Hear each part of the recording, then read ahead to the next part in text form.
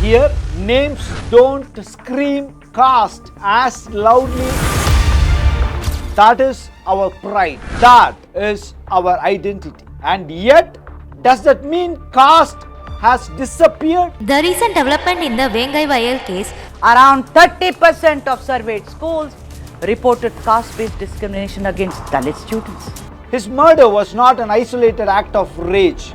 It was a reminder that caste still decides who we can marry and who we can touch, and sometimes who gets to live.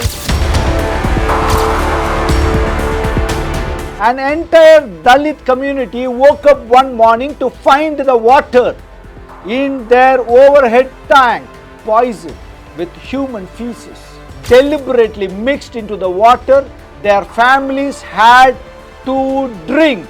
Imagine that humiliation. The one resource that should unite a village, the water, was turned into a weapon of hatred. Mothers boiled the water for rice. His classmates cornered him and hacked off his fingers as if to say, "Don't rise above your place." His crime wasn't kabaddi. His crime was daring to win. 113 caste atrocities were officially recorded in Tamil Nadu. But the real number is higher. Many families, they don't report these crimes. Many deaths are labeled suicides. Many assaults are written off as accidents. Silence covers the truth, but silence, they don't erase the truth. A survey by the Tamil Nadu Untouchability Eradication Front, covering 441 schools across 36 districts in Tamil Nadu, found that in nearly 30%, I repeat, 30% of schools, caste discrimination still exists. And yet, it took us 78 years after independence for the School Education Department in June 2025 to finally issue a circular banning caste markers in schools. A reminder that even in the land of Periyar, social justice reforms are still catching up with reality.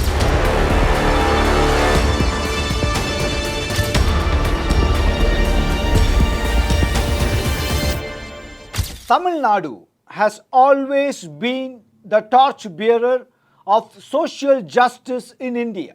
When the rest of India was still deciding whether caste reform was even necessary, Periyar and the Dravidian movement has already broken barriers. That is why even today, if you look at the MLA list of Maharashtra, Gujarat, Uttar Pradesh and many other North Indian states, you can often tell the caste of each MLA just by looking at the surname. But in Tamil Nadu, you cannot, because here politics blurred those lines. Here names don't scream caste as loudly as in other states. That is our pride. That is our identity. And yet, does that mean caste has disappeared? No. Behind closed doors, in subtle practices and in violent eruptions, caste continues to shape lives. Think about Kavin Selvaganesh, young Dalit man killed in August 2025 for the simple act of loving a woman from a dominant caste. He wasn't a criminal. He wasn't a rebel. He was just a young man in love with a girl. But in Tamil Nadu in the 21st century, love itself became his crime. His murder was not an isolated act of rage. It was a reminder that caste still decides who we can marry and who we can touch, and sometimes who gets to live and who gets to killed. His story joins a long, shameful list. Ilavarasan in Dharmapuri in 2012. Shankar in Udumalpet in the year 2016. Now Kavin in 2025. Each time we say never again. And yet, it happens again and again and again. Think about Vengavayal village in Pudukkottai district. An entire Dalit community woke up one morning to find the water in their overhead tank poisoned with human feces, deliberately mixed into the water their families had to drink. Imagine that humiliation. The one resource that should unite a village, the water, was turned into a weapon of hatred. Mothers boiled the water for rice. Children brushed their teeth with it. Only after some time did they realize, did they discover the truth. Their own neighbors had decided they didn't deserve clean water simply because of their caste. It wasn't just about health. It was about dignity being spat upon. And think about the schoolboy in Tirunelveli. Barely a teenager, full of energy. He won a kabaddi match against classmates from a dominant caste. In any normal world, this should be a moment of celebration. But here, it became his punishment. His classmates cornered him and hacked off his fingers as if to say, don't rise above your place. His crime wasn't kabaddi. His crime was daring to win. These are not stray incidents, not unfortunate accidents. They are warnings. Between January and June 2025, this year alone, 113 caste atrocities were officially recorded in Tamil Nadu. But the real number is higher. Many families, they don't report these crimes. Many deaths are labeled suicides. Many assaults are written off as accidents. Silence covers the truth, but silence, they don't erase the truth. Each incident, Kavin's death, Vengavayal poisoned water, the boy's broken fingers, this is not just about individuals. They are mirrors. Mirrors showing us the ugly parts of our society. We pretend that no longer exist. And the real tragedy, these horrors happen in a state that prides itself as the land of Periyar, the land of social justice, the land where caste was supposed to die. It's not in villages and politics. Caste seeps quietly into even the classrooms. A survey by the Tamil Nadu Untouchability Eradication Front, covering 441 schools across 36 districts in Tamil Nadu, found that in nearly 30%, I repeat, 30% of schools, caste discrimination still exists. Tamil Nadu Untouchability Eradication Front show around 30% of surveyed schools reported caste-based discrimination against Dalit students. Dalit children were asked to sit separately. They are asked to eat separately. Sometimes they are even asked to clean toilets. In 33 schools, students reported wearing colored wristbands, chains, dollar, pendants. Why? To signal their caste identity, dividing children before they even understand what caste is. Now, this is not speculation. This is documented fact. Disturbed by these realities, the state government of Tamil Nadu formed a committee led by Justice K. Chandru, a retired High Court judge, to examine caste practices in schools and colleges. He came out with a 600-page report. His report was unflinching. It recommended a complete ban on colored wristbands, caste-linked chains, forehead marks or any caste identifiers, removal of caste prefixes and suffixes in school names, no caste column in attendance registers, teacher training to ensure children are not separated or humiliated because of the caste. And yet, it took us 78 years after independence for the School Education Department in June 2025 to finally issue a circular banning caste markers in school. A reminder that even in the land of Periyar, social justice reforms are still catching up with reality. And of course, this flight is not unique to Tamil Nadu. In fact, caste discrimination in schools is far more harsher, far more active, far more visible in other states. In Uttar Pradesh, in Bihar, in Gujarat, in Rajasthan, separate seating, separate utensils, even denial of midday meals for Dalit children have been reported. When compared to them, Tamil Nadu is ahead. But that doesn't make our scars less real. The truth is this: we cannot call ourselves free of caste until the very first place of learning, our schools, is free of the caste. Because if a child is taught division at 6 years old, they will carry it for 60 more years. Dr. Periyar and Ambedkar once said, caste is not a physical object like a wall of bricks or a line of barbed wire which prevents the Hindus from commingling. Caste is a notion.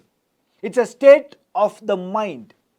Unless the notion is destroyed, caste will never be destroyed. Now let's talk about the marriage. One of the strongest markers of caste. A Times of India report, September 2025, revealed that marriage dynamics in Tamil Nadu have drastically changed over 50 years.